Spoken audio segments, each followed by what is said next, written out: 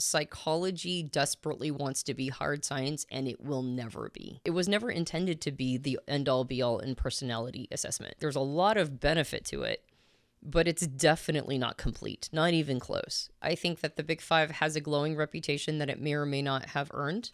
And I think Myers-Briggs has a vilified reputation that I believe it definitely did not earn. Hi, welcome back to the Personality Hacker Podcast. My name is Joel Mark Witt. And I'm Antonia Dodge. So last night, Antonia, I was upstairs doing something. I came downstairs and you were asleep on the couch. It was very late. And I was going to wake you up and both of us go up to the bedroom. But I noticed that you had an interview on with Brett Weinstein. No, his brother, Eric Weinstein. Yeah. He was being interviewed by Chris Williamson at Modern Wisdom. Yes. They were having a conversation. And I just started hearing what they were talking about. Well, it's like a 3-hour podcast, so I started it, and then it was just way too late, and I just conked out. So it was around hour 1 Yeah. when I came into the room. I hear them talking, so I sit down on the edge of the couch. 2 hours later, I stand up and take you up to the bedroom. Like it was like the middle of the night. I just couldn't. I was enraptured. Yeah. Great conversation. I don't even know when this was published, but a few weeks ago. Just, well, no, it must have been a couple months ago, actually. Yeah. Anyway, it was great. They were talking about, at one point, they were talking about personality types. And Eric knows Jordan Peterson. And Jordan Peterson is into a personality type model we're going to talk about today, the Big Five. And he was talking about how Jordan Peterson, he knows how to like get people to Myers-Briggs type, but he really understands the Big Five. And that's where the real gold is, in understanding a system and how you can apply it. Yes. And to that point, I've heard Jordan Peterson say stuff, about the system and all of this. So the Big Five is a big deal. It's something that I think a lot of people are familiar with. Yeah. It's something that a lot of psychologists and professionals will use in their work.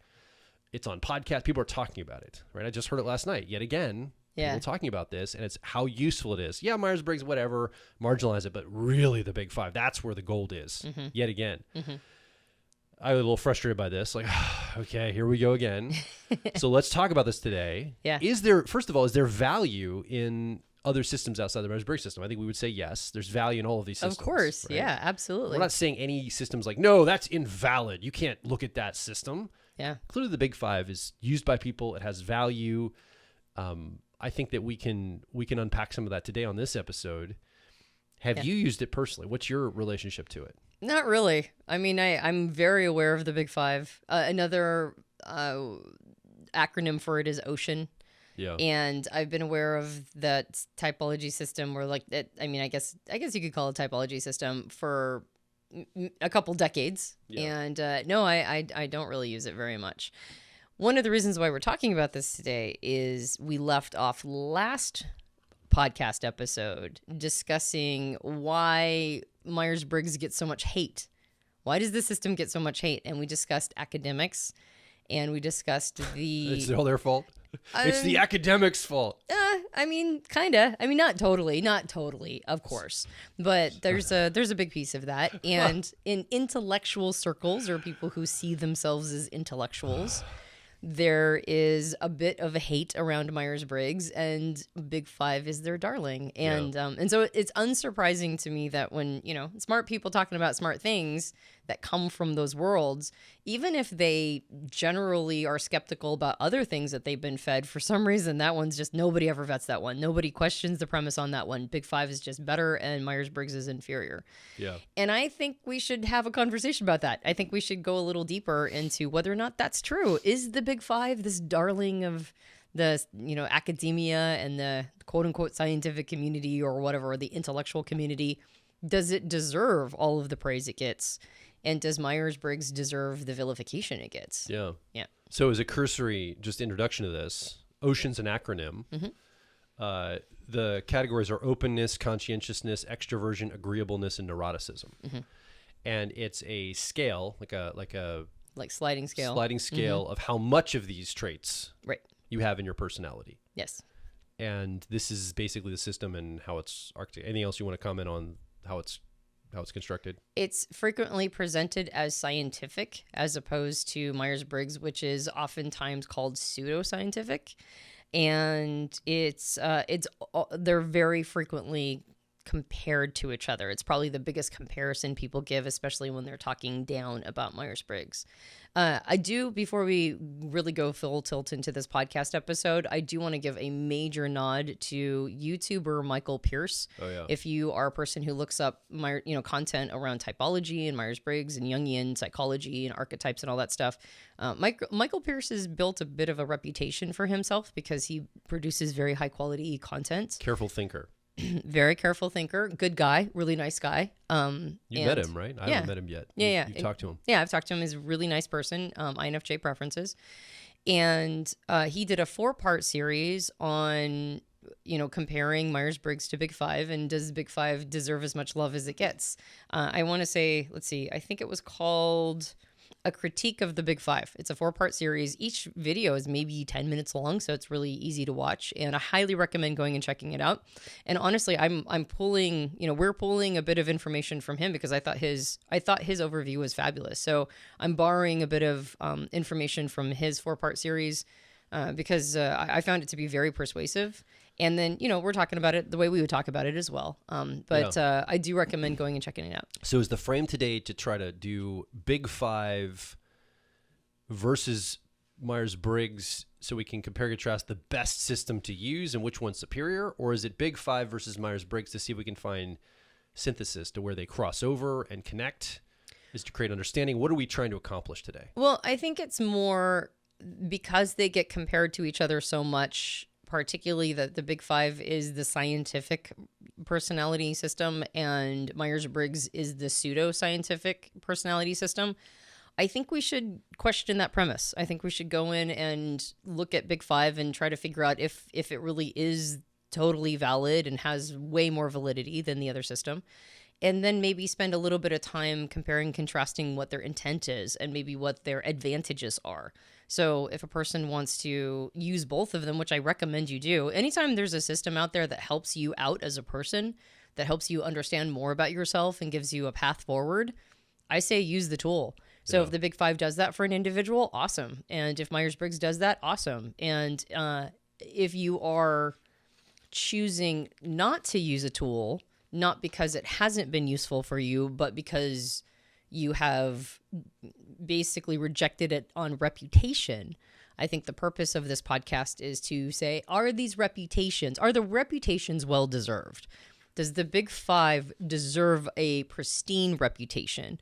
And does Myers-Briggs deserve the vilified reputation? Yeah, let's jump into it. Okay. All right, so let's start with a little bit of history on the Big Five. And it starts with what Micheal Pierce talked about, the lexical hypothesis. So basically, psychologists believed that personality traits could be found in our language, right? Our lexicon. Yeah. And if people used consistently similar words, it meant that they had a similar personality structure. So those words must mean something if people are using them over and over. And assuming they're defining those concepts or words the same. Is that correct? Yeah, well, we'll get to that in a moment. Okay. All right. You're already patterning what might be a weakness in the system. Like immediately I'm like, okay, that's kind of an issue, but whatever. So in the late 1800s, Francis Galton noted that personality traits are encoded in everyday language. And by the 1930s, researchers were scouring dictionaries to look for all words that relate to personality. And they came up with about 18,000 personality related words. So the concept was if people are using the same words, that must mean something. And so what are all the words we use that might be relating to it? And those were eventually narrowed down into 5 different terms, which was done through factor analysis. So what is factor analysis? Well, if you analyze information in any way, you know that factor analysis is a way of reducing something down to, reducing down a huge concept into something a little similar. Technically, it's reducing a set of variables by extracting all their commonalities into a smaller number of factors. And so those 18,000 words ended up as 5 buckets, basically 5 overarching principles that they believed that all those words could be reduced down to. You referenced Jordan Peterson before. He's a person who's super into Big Five. So online, you'll hear him talk about it a lot, and I think a lot of people have sort of followed that lead. He's introduced it to a lot of people. He definitely has. And so his example is, if people answer a bunch of related questions the same way, like are you happy or do you smile a lot, then those answers reflect a shared underlying trait. So the factor analysis grouped all those thousands of traits into 5 overarching factors, which are the ones you mentioned before: openness, conscientiousness, extroversion, agreeableness, and neuroticism. Yeah. So those were the 5 big buckets that everything got dumped into. Yeah. Now, we're aware of what extroversion is as people who are into Myers-Briggs, if you are. But that is a mark of sociability. I believe that the Big Five tends to take a more social approach to introversion, extroversion, whereas Jungian, concepts and Myers-Briggs and how we use it, we tend to see it more as energy, right? Management and where you go. Yeah, focus and where you go when you need to, like what is your first point of origin?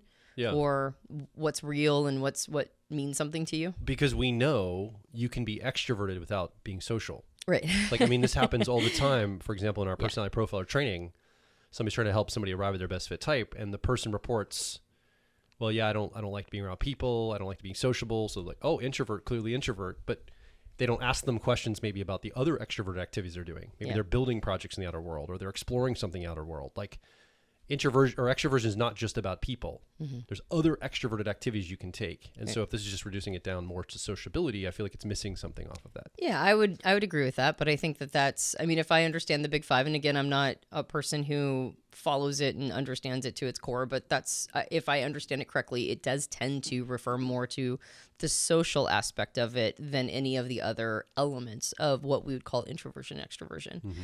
Openness is like openness to new ideas. A willingness to be curious and entertain things, versus a more closed approach. Conscientiousness is sort of an awareness, right? And,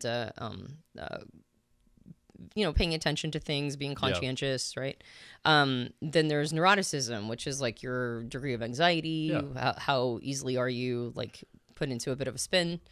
And some of these are almost like counterpoints to each other. Yeah, I'm almost immediately seeing a dashboard in my mind where you've got like a needle that gives you the degree of each of these that you are. And so the usefulness immediately to my patterning goes, oh, well, yeah, if I see that maybe I'm having trouble like getting along with people and I don't have any friends and I have issues with my relationships. Well, I look at this chart and I'm like, wow, my needle's really low on extroversion, for example. Or agreeableness. Maybe, or something like, oh, well, no wonder it kind of explains the dashboard of why I'm having trouble.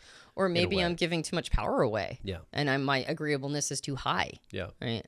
Or maybe I'm like a temperature gauge. Yeah. For yourself. Yeah, exactly. That's how I'm seeing it possibly be applied. Yeah, for sure. And if a person is more, I'm basing it off of what I know about the Big Five historically. So if an individual that's listening to this is like super into Big Five, you can calibrate my statements. But that's the overarching like sort of behavioral traits that I recall from the Big Five system. And these are all external, observable things. Yeah, by definition. Yeah, right? They're traits. They're behavioral traits. Meaning, I wouldn't have to know that I'm being measured. It wouldn't be taking a Myers-Briggs test, paper-based bubble test, or somebody doing a personality profiling session with me. You could observe my degree of openness, conscientiousness, extroversion. You can observe it and measure it without me even knowing I'm being measured on that. Well, but that's kind of the interesting thing is there's not a lot of information around how it's being measured other than assessments. So we'll talk about that in just a little bit. But ostensibly, yes. Ostensibly, you can observe the behaviors and then track somebody based on where they would fall in all of this. And it's intended to be neutral, right? It's intended to not say that you're good or bad, or like, if you have high openness, the assumption is that's the superior way of being. But the truth is that sometimes people can be way too open and then they're gullible and easily snowed. So there's some value to having a little bit of closedness or skepticism. And the assumption that, being agreeable, you would want to have high agreeableness. That isn't always true either, because you might be allowing people to step over your boundaries. Yeah. So it's not necessarily that there's like a good or a positive to either end. I mean, I think neuroticism falls a little bit in the, it's better to not be as neurotic. But other than that one, it seems like the rest of them are relatively neutral. Yeah. So in a way, measuring height, a tall person that cracks their head on door jambs. Yeah. There's no measurement. There's nothing wrong with being tall. Yeah. But this explains why you keep getting headaches all the time. Yeah. Right. You crack your head on the door jamb. And there's as with almost anything, there's like benefits and drawbacks. Yeah, exactly. So the original goal for the Big Five was to not necessarily explain personality, but it was more to sort of organize it. So it was originally intended to be like a universal framework to unite competing theories. So it wasn't originally intended to be this like, it wasn't intended to be a personality theory system like Myers-Briggs. It was intended to help unite Myers-Briggs with, say, some of the other personality systems. And that was its original intent, which is a little different than the systems that were like Enneagram and Myers-Briggs and some of the other systems that we're familiar with. But there are some problems with the Big Five. And I think we should talk about those. The first one is the one that you patterned already one of the big challenges, and that is subjectivity and definitions. Especially when it comes to other languages. Mm-hmm. In the English language alone, we're going to have differences of opinion. Mm-hmm. But there's cultures and languages around the world that don't even have words or concepts for things that I have a word or concept here in the West. Mm-hmm. They just don't have it. Like they don't even think those thoughts because they don't have a word to describe them or think about them. Yeah. So I'm going, well, that's a problem if they don't have corollaries to these. Yeah. This breaks down very quickly because we're not talking about cognition. We're talking about behaviors that they may not have concepts for. Yeah. And of course, that's going to be woven. That's a challenge in anytime you have to translate. Sure. That's always going to be a problem. Sure. But I would say even beyond translating into other languages and cultures, I would say even within a culture where you're all speaking the same language, it can still be a challenge or a problem. Because the definitions are based on they're dependent on consensus. Yes. Not on definitive. Like a concept is not a concept is not a concept. If definitions change, people like the coalition changes how we view something. We see it with words all the time. Or they just don't agree. Yeah, or they disagree. Yeah, exactly. Like what is extroversion? Yeah. And we just mentioned, it seems to be that the Big Five talks about it more about, sociability. Yeah. And we wouldn't necessarily, as people who go towards a more Jungian approach with Myers-Briggs, we wouldn't necessarily say that's the case. But even people who prefer the Big Five and talk about it can sometimes communicate extroversion as like assertiveness or what was another word? Oh yeah, impulsivity. Yeah. Yeah. So like impulsiveness has been associated with extroversion. And so like sociability, assertiveness, impulsivity, these are all very different terms. Now, granted, you've taken 18,000 terms and then put them into 5 different buckets, but those are all very different concepts. And so when you're looking at it as a scientific system, or that's the system that scientists and academics prefer, you're still weaving in some of the same challenges that Myers-Briggs is being accused of, which is that there's some inconsistency in labeling. Yeah. And the other thing is that words don't have fixed meaning. You just mentioned that, right? They do flow. And there's a sense that meaning comes from context, right? Yeah. And that's basically what you were saying before, is that you kind of have to understand why the person is using that word and what it means for them. Even if you're talking about people using the same language, there's still a contextual bent to all language. And so if experts are disagreeing with what these words mean, then how is a layman supposed to know, right? And I would say that Myers-Briggs suffers from this a little bit, but I would say that it works hard to try to define terms. Right. And that's actually ends up getting so into definitions that it almost becomes a problem in the Myers-Briggs community, where you spend just endless amounts of time trying to communicate what exactly is extroverted thinking. Right. And you'll have people, sort of trying to refine this and going back and forth and disagreeing with terms and then trying to reconcile that. And so in the Myers-Briggs communities and people who are into those systems, you almost have the opposite issue where people are very hyper aware of definitions having importance and what exactly do these things mean, Whereas where it appears in Big Five, there's a little bit more of a sort of a looser relationship to defining. Yeah. Right?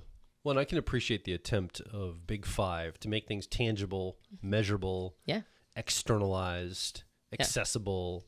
There's only 5 things, right? Not 8 cognitive functions. There's just 5 channels here to pay attention to. And it's not even dichotomous. They're just, what degree of this are you? What degree of neuroticism do you have? What degree of agreeableness do you have? Yeah. So I think that it's a very accessible, simple system, and there's probably a lot of value in that. Yeah, and for sure. I appreciate the attempt, right? Yeah, for sure. Yeah, absolutely. And also, just like we mentioned before, okay, if you're too agreeable, you might not have good boundaries. That's a very valuable insight. Yeah. Right. And so it's not a tool without merit. The question is, does it deserve its reputation? Yeah. So you talked about factor analysis, this idea of taking, I mean, what it sounds like is a large language model in a way, like AI, what's happening right with ChatGPT. Like they took language patterns, the way people were talking about these kinds of ideas, and then they distill them down into 5 core concepts, factor analysis, to do this. There's got to be some challenges in that process. Like things can go off the rails with that. Do we have a sense of where things can go wrong when factor analysis is happening? Yeah. So in definitions, in whether or not there's, I wonder if AI would make it better too now. Like this happened possibly. pre-AI, right? Like I Yeah, wonder for if you redid the Big Five using modern language with AI to help compress it. I wonder if we come up with different categories now, because we have different speech patterns and different cultural consensus. Yeah, for sure. Well, and then I was also thinking like things like, I think it's, what is it? Conscientiousness and neuroticism are considered sort of like the opposite of each other in some ways. And that's an interesting idea. But I'm very conscientious about my neuroticism. What are they I talking was about? like, should those be? I'm focused on that a lot. Should those be opposites? And that, I think that's what ends up happening. That's one of the challenges to putting it all into these buckets and then comparing and contrasting each other. It's like, I don't know if those are necessarily, sort of opposing buckets. But maybe you and I are like the person that's like, well, introversion and extrovert, there's got to be an ambivert category. You can't just be an introvert or an extrovert. Absolutely. Maybe we don't understand. Maybe there's such nuance down under the Big Five. For sure. It really explains all of this. And I do think that some people use it for, personal development. And I think some people use it for really understanding the self. But the question is that that woven into the system, or are people taking liberties and figuring out how to do that? Because the thing with Myers-Briggs, and this is what I believe is happening right now during this time period, is a reclamation of its original intent. One could say, well, that's what you're doing with Myers-Briggs. Like, you're turning it into a personal development tool, right? And that wasn't that's not how it's always been used. But when it was used in a more shallow business context, that was actually a diversion of its original intent. Now, to be fair, Isabel Briggs Myers created the first instrument to help women find the right path or the right job for themselves during World War II, when there was like all these open job slots, and she was using it to help people figure out their preferences and where they might fit, because there was a need. Women were not in the workplace at the time, and so there was this huge gaping need of women being able to like fit into these different job roles that they may have had no experience with. So the best thing to go with at that time was talent, if you didn't have built skill. So it's understandable why it would have gone that direction. But that still wasn't its original intent, nor did Isabel or Catherine believe that. They were into Jungian analysis. They were into Jung's work. And so its original intent absolutely was to understand the self and to grow and to become more of what Jung would say fit for life. I think a person could use Big Five in that way, but I don't think it's intrinsically woven into the Big Five, as opposed to Myers-Briggs, where that's its point of origin. Yeah. So to speak to that, the Big Five is it's a mirror, but it's a bit more of a shallow mirror, right? It's effectively telling you, or it's organizing what you told it about yourself. And that is like, I smile a lot, and I'm telling the instrument that, and then the instrument is telling me that I'm agreeable based on that. And that's how instruments work, right? So what I hear immediately is, this isn't going to necessarily reflect your shadow back to you, because this can only reflect back to you the things you're already aware about yourself. Well, what it doesn't reflect back is why. Yeah. Right. Like, and you could say that is the case with Myers-Briggs as well. Like you're feeding it information and an instrument like MBTI or something would, reflect back what you've told it. But it's going a layer deeper to say, and this is why you're showing up the way that you are. Whereas, and including if you go far enough down the rabbit's hole, yeah, you do. You eventually get to things like shadow work for sure. But the big five is not telling you why. It's just telling you what. It's organizing information back to you on a more shallow level. Like it's helping you put language to certain things, but it won't tell you what cognition is sort of cooking the stew. So we do personal coaching with Dr. John Beebe, who came up with the 8-function model. You and I meet with him at least once a month to do one-on-one coaching with him so we can learn directly from him, because we use his work in so much of our, like our personality life path mentorship and shadow programs and things. We use a lot of his stuff. He introduces this idea of topology, this idea of like positional mapping and type systems as not typology, but topology. This idea of like a map on a surface of the earth. Topography, finding placement there. And in what you just said about it tells you why, I also got this image of it's also like a little bit of a map of the territory. Myers-Briggs is a map of the territory of the inner space and where you will find parts of yourself. Now, you may not know those parts of yourself. You may never have accessed them before. They may be unconscious to you. But the moment you start to reflect you report yourself and you have a best fit personality type, we have a map now where all those parts live. We know where all the 8 functions fall for you, what archetypes they're associated with. So you may not be able to see your shadow or unconscious material right now, but you at least know where to go to get it. Yeah, you have on-ramps. And I don't know, does Big Five I don't think it provides that. There's no real on-ramp to deeper inquiry of the self that I can see. It never intended to. Yeah. It's always been a what model, not a why model. Yeah. And that's its biggest difference. It's probably one of the reasons why people like it, because it doesn't necessarily dive deeper into those, into those depths. You could do inner inquiry if you discover you have high openness and it's made you, or maybe you have very low openness and so you're very skeptical and cynical. You won't do the research then. You won't look in. Yeah, you won't look at it. The high openness person will though. Yeah, okay, fair enough. All right, let's go back up to that example. Yeah, exactly. So if you do have high openness and you've become gullible, that could be the first domino to kick off, like, why am I so open? Like, why am I getting had? Like, what's going on here? So it might be a gateway to inner inquiry, but the model itself is not necessarily the tool that you would use that inner inquiry for. It might just say there might be a challenge or a problem that you want to look at. Yeah. Myers-Briggs has like a map and a flashlight. It goes, okay, this is what's going on and this is why it's happening and here's what you can do about it. And so there's a big difference between those two models, and one doesn't have to, basically Big Five does not have to have as much scrutiny because it's not telling you as much information, whereas Myers-Briggs has a lot more information associated with it, and therefore it gets more scrutinized. It also feels like the Myers-Briggs system can help you with the conflict more directly. You're going to make a decision different than I'm going to make a decision, and we know why you're making your decision, and we know why I'm making my decision based on the criteria we're looking at.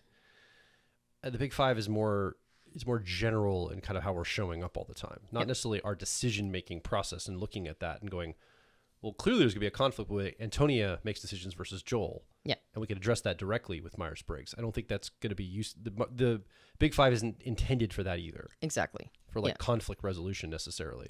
Yep. So it was meant to unify theories, not explain personality itself, Big Five. And so when people treat it as an ultimate explanation of personality, right, the one system you want to go to, they're forgetting that it's missing all this territory. Like basically what you're talking about. What's the why? It's missing all of that. Nor does it ever claim to dive into those, to those depths. So it shouldn't have to, because that's not what its purpose is. And that means that holding it up on a, sort of pillarizing it or, putting it on a pedestal. Thank you. That's the word you're using. That was the word I was looking for. Putting it on a pedestal is maybe not as appropriate.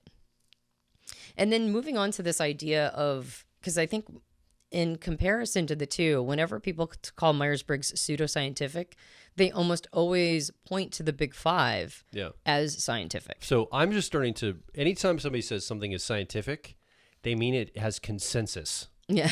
That's all. I'm coming down to this because I'm like, at this point, yeah, kind of. like I was through the pandemic, I was through all this BS, and I looked at like all these quote unquote studies and reports. You look a little deeper, you're like, wait a second, this is just consensus reality being published and then shoved down our throats as this is science now.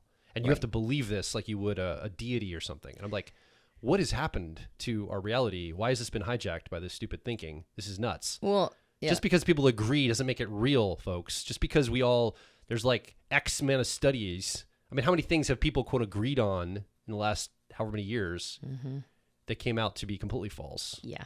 Right? Like experts, X number of experts said this, and it's like, that's completely a lie. It wasn't even true. Yeah. I don't believe any of it anymore. Well, and that's deserves its own conversation around scientific malpractice, right? And it's okay. I mean, science is supposed to be something that ever emerges. Sure. It is something that we put out a study and we discover we're not right and recalibrate, and we put out a study that, And it feels to me like good science would not have consensus. Like if you have consensus, you're not doing science, because wouldn't scientists say, "Oh wait, but what about," and they keep testing it and challenging it. And I think the way that I would tweak that a little bit is that science doesn't care about consensus. If it has it or not, that's irrelevant. Yeah. Right. Consensus is immaterial to real science. So to make it so that science at this point is seeking consensus means that it's pulling on a node in the system that is not appropriate.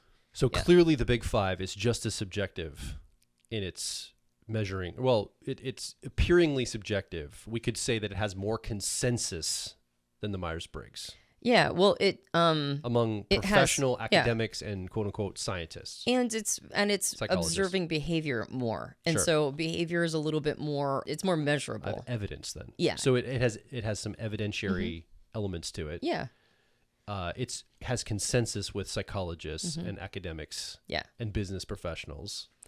But it's unfortunately falling for the same challenge that it's based on concepts, not facts. Yeah. And so, like the concepts of conscientiousness and the concepts of neuroticism, like these are associated and aligned with behavioral traits, but it's still conceptual. It's still based on factor analysis, which, it's like, why did they choose 5? Could they have chosen 7 traits, or could they have chosen 3? Like, why did they end up as 5? And the answer is because they had to limit it to something. But that doesn't make it empirically true. There was a time when we had a consensus reality that masturbation would be neuroticism. Yeah, it's true. Like so, again, this is unusable for me. Yeah. Except in a very short timeline when you know all the definitions and terms, because what's measured as neurotic now wasn't 100 years ago, and vice versa. Yeah. Yep. So this immediately becomes unmoored for me. And again, maybe I'm misunderstanding something. Clearly, I must be fundamentally misunderstanding, because it's so obviously just as subjective in its kind of like, I get the fact that neuroticism can be measured outwardly, but what are we measuring and what are we labeled as neurotic, etc.? I think really the core challenge here is that psychology desperately wants to be hard science, and it will never be. Yeah, I mentioned this in the last episode. That's right. Yeah. So that's really the fundamental challenge. The challenge is that psychology, Carl Jung said psychology will never fully capture the complexity of the human psyche. And so psychology itself is just a field of study that is based on probably one of the most complex organs. It is. It's like one of the most complex things that we know exists is the human brain, if not the most complex thing. I can't think of anything else. The only reason why I'm hedging a little bit is because maybe they discovered something that, since I read that how many years ago. But I believe that the human mind is the most complex things that we're aware of. And to try to sort of capture it and label it and organize it and put it into the realm of hard science, which is all like, measurable and repeatable, like it's like an inappropriate tool to apply to that organ. And the desire to do that is understandable, because we, especially during the modernist time period, which we talked about in the last podcast episode, during a modernist time period, that was all the rage, and we wanted to turn everything into hard science. And if you weren't, well, then that was a big problem. But right now, I think we're being pretty selectively modernist. In a very postmodern world, we're being very selectively modernist when we require our typology systems to follow this and require psychology to fit into the mold of hard science, which it just never will.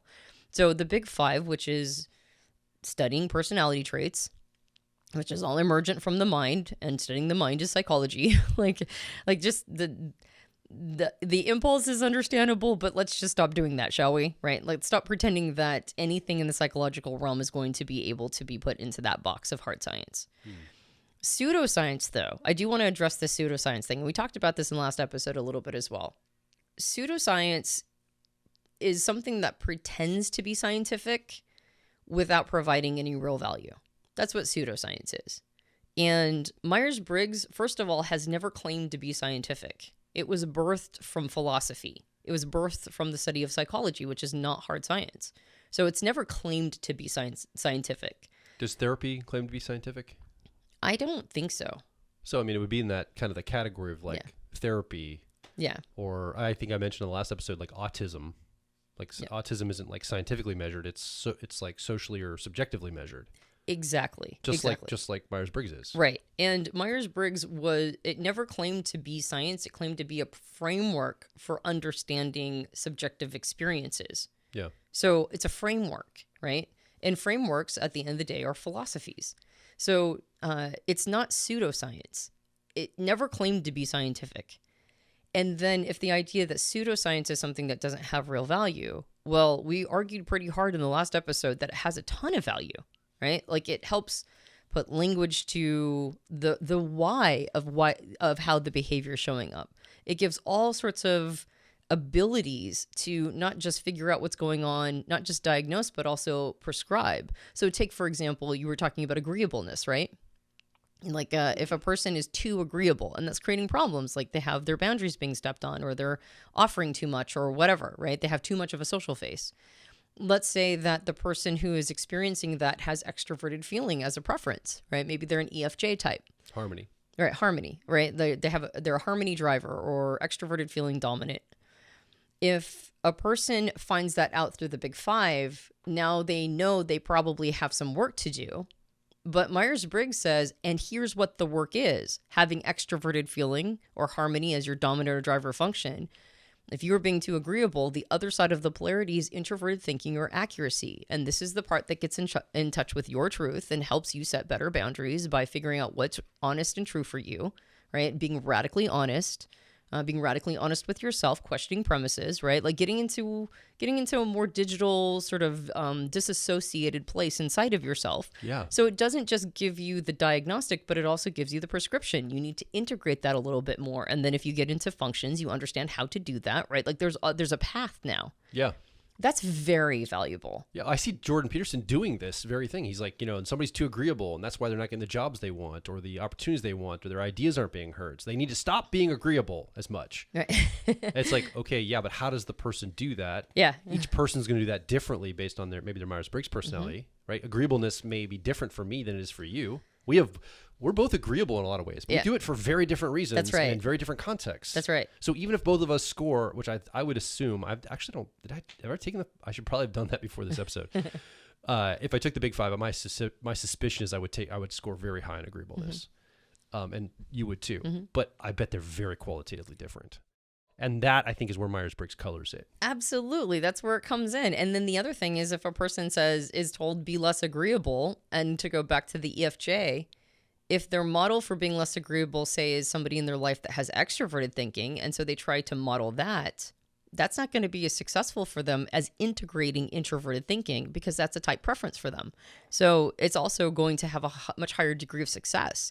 It's going to help them find parts of themselves that that is already there and available, something that feels very intuitive and very natural. To grow, right? Yes. Exactly. As opposed to something that is the wrong tool, that's going to feel weird and awful, is not going to get them the ROI. Like it's so much more valuable and helpful to go that direction. So pseudoscience, which is something that claims to be scientific that isn't and has no value, I would say Myers-Briggs is the exact opposite of that. It never claimed to be scientific. It's pattern recognition. It's deeply intuitive. It helps people understand their subjective experience, and it's super valuable, right? So I think to call Myers-Briggs pseudoscientific and then point to the big five as scientific, considering that has its own challenges, I think is a very, I think those are unfair reputations that they're given. I think love is pseudoscience. I just disagree with it. Can't prove it. Can't prove it's it. not measurable. That's right. Pseudoscience. Pseudoscience. Love. And then one thing that has been brought out, and I think this is a really interesting, I didn't do my due diligence on this one, but Michael Pierce mentioned it in his video, so I thought it was really interesting, which is that research on the Big Five is often hidden behind paywalls or buried in technical jargon.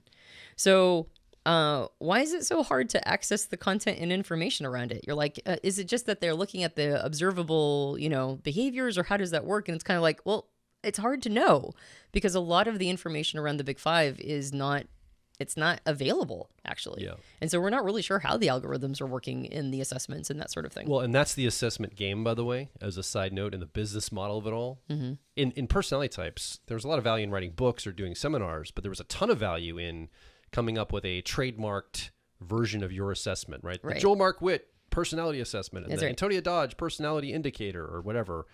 MBTI stands for the Myers-Briggs type indicator. Mm-hmm. And there's a lot of money to be made in this. Yeah. There's a lot of money to be made in this. Yep. Like we never went that route. We're not in this to make money. I mean, yes, we need to make it a business. We need to feed ourselves. We weren't into scale this and make millions just from a paper-based test like some of these other assessments were. Yeah. But many of the business models, possibly the Big Five, were set up in order to make money deliberately. Yeah. And still are. And kind of create your own version of that.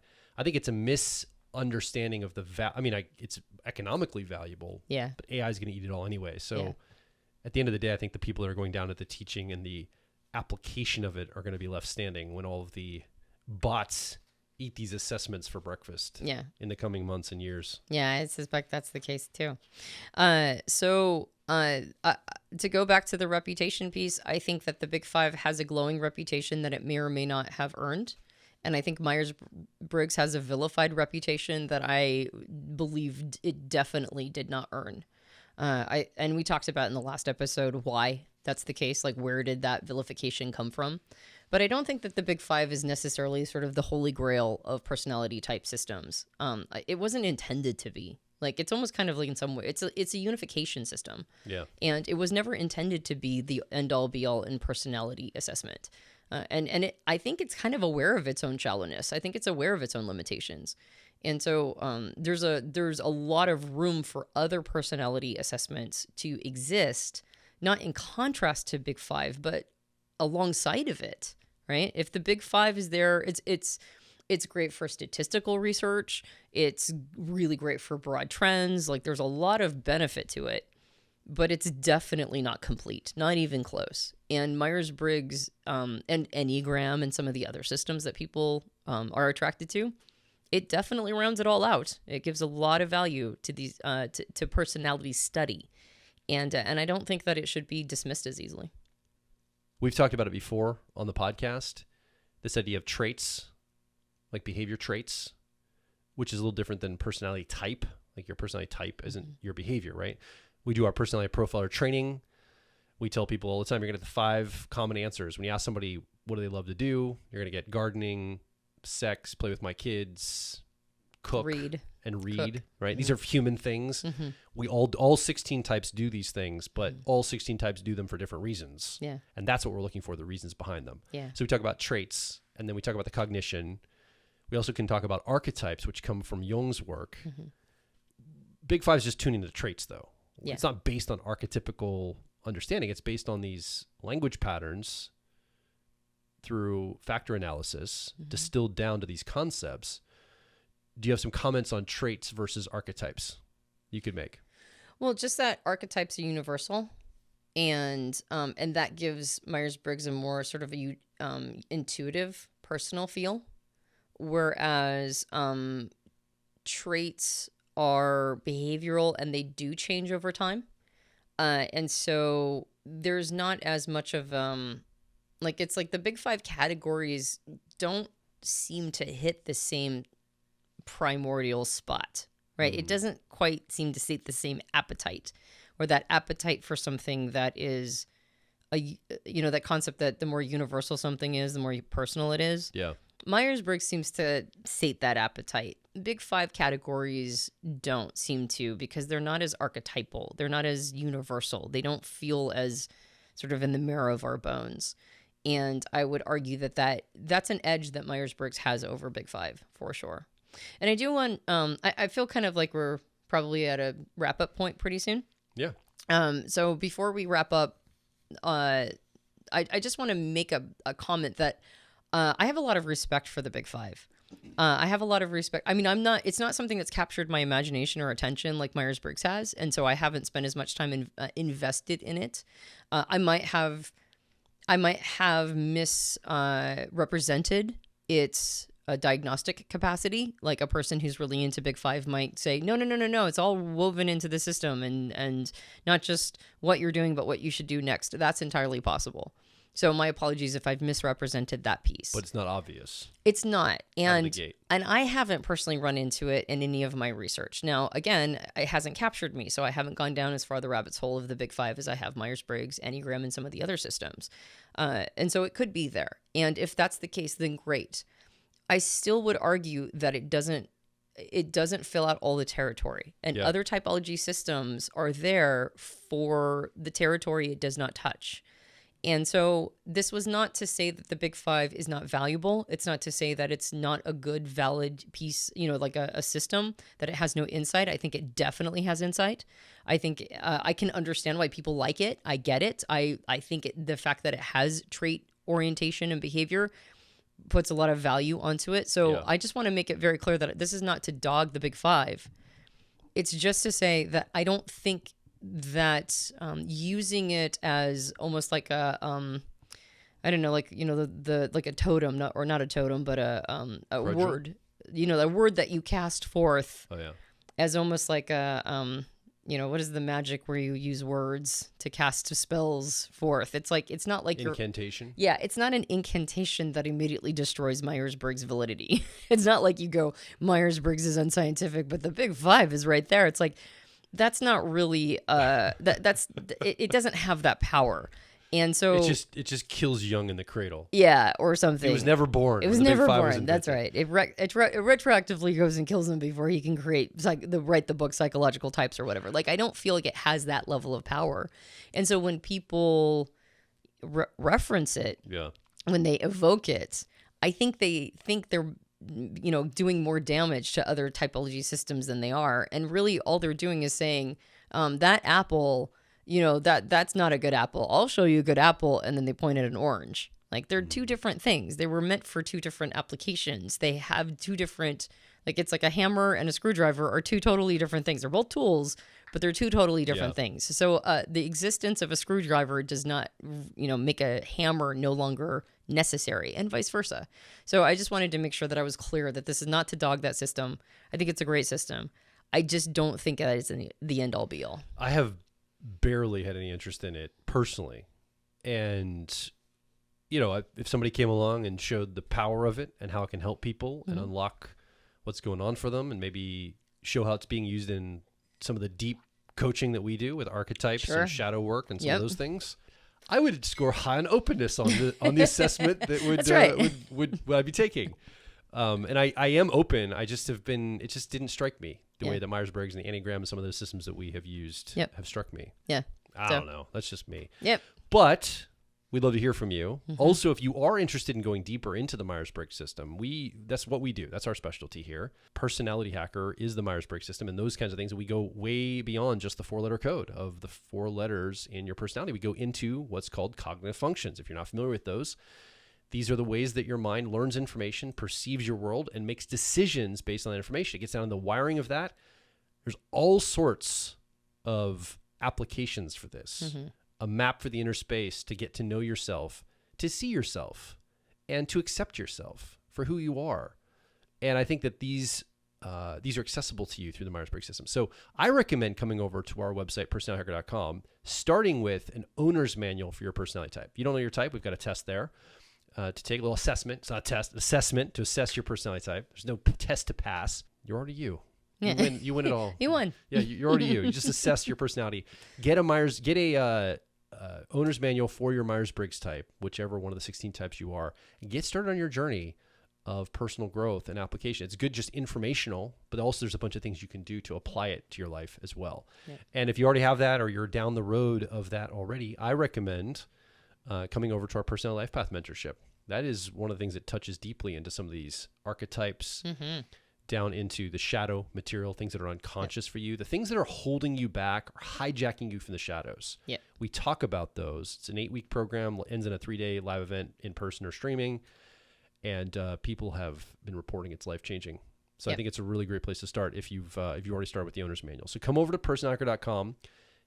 Go ahead and enroll in the programs you need to enroll in, get the owner's manual you need to get, and then make a comment, ask a question, or share your story under this episode. We'd love to hear from you.